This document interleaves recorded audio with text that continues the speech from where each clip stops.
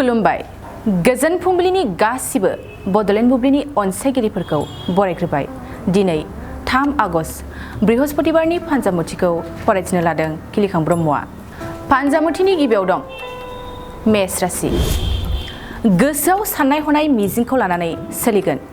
जेखि खामानि मावा मिजिंनि फारसेल' सोनारनानै थागोन। बृष राशि। बिमा बिफानि फारसे गोबां अनखांनाय फैगोन। बिफानि सुखुआव हाजासे गोजोननाय लागोन। खामानियाव बिफाखौ मदद होगोन। मिथुन राशि। गोसोआव गिनाय फैगोन। हरखाब माबा मोनसे दाय मावनानै खाजानो गिनाय फैगोन। गिनायजों जेरावबो गोजोन गैयै जागोन। कर्कट राशि। दिनै न'खरा गोबां दुखु दाहायाव गोग्लैनो हागौ। न'खरनि जेंनानिफ्राय बारग'नाय नङा। गोसोआव गोदान खोथा सानब्लाबो जाफुंनाय नङा। सिंह राशि। बेफार फालांगिनि फारसे मोजांसिन सम। न'खरनि जायखिजाया फालांगियावनो मुलाम्फा गोनां जागोन। न'खरनि आंखालखौ सुफुंनो हागोन। कन्या राशि। गुबुननि गाज्रि नोजोरनिफ्राय बारग'नो हागोन। सोरबा सुथुराबो नोंखौ अनसायगोन। उदां गोसोजों खामानि मावनो हागोन। तुला राशि। न'खरनि मोजां बेसादा हरखाब खहा जानो हागौ। मोजां बेसादा गोमानायाव दुखु जागोन। दुखुजों गोबां खोथा सानफ्लांगोन। वृश्चिक राशि। नोंथांनि थाखाय मोजां सान। समाजाव हरखाब मोजां बिबान मोनगोन। गावनि बिबानखौ लानानै सैथोयै खामानि मावलांगोन। धनु राशि। मोजां खामानि मावनानै सुबुंफोरखौ बाख्नायजागोन। मान सन्मानखौ लानानै देरगानाय मोनगोन।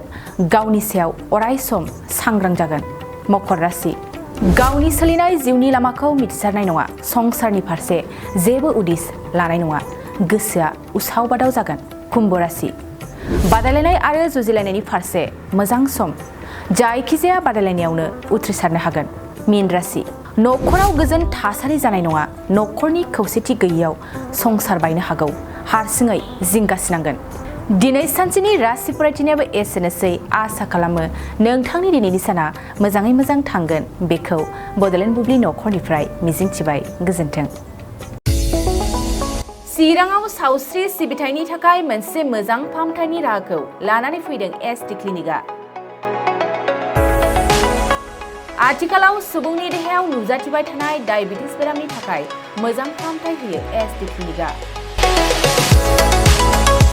चिरां जिल्लानि SBI काजलगाव ब्रान्चनि लांगोनायाव फसंनाय एसटि क्लिनिकआव डायबिटिस बेरामनि अनगायैबो फाहामथाय होबावगोन लिभारनि जेंना आरो माखासे सरासनस्रा बेमारफोर। बे एसटि क्लिनिकआव डायबिटिस बेरामनि फाहामथायखौ होगोन जर'खा फाहामगिरि डक्टर समिक देबा। नोंथांमोना फुं आरो मोनाबिलि समावबो बे क्लिनिकआव फाहामथाय लानो हागोन। डक्टर, लेबरेटरि, मुलि, ECG सिबिथायनि खाबुफोरखौ बे एसटि क्लिनिकआव मोनजोबगोन।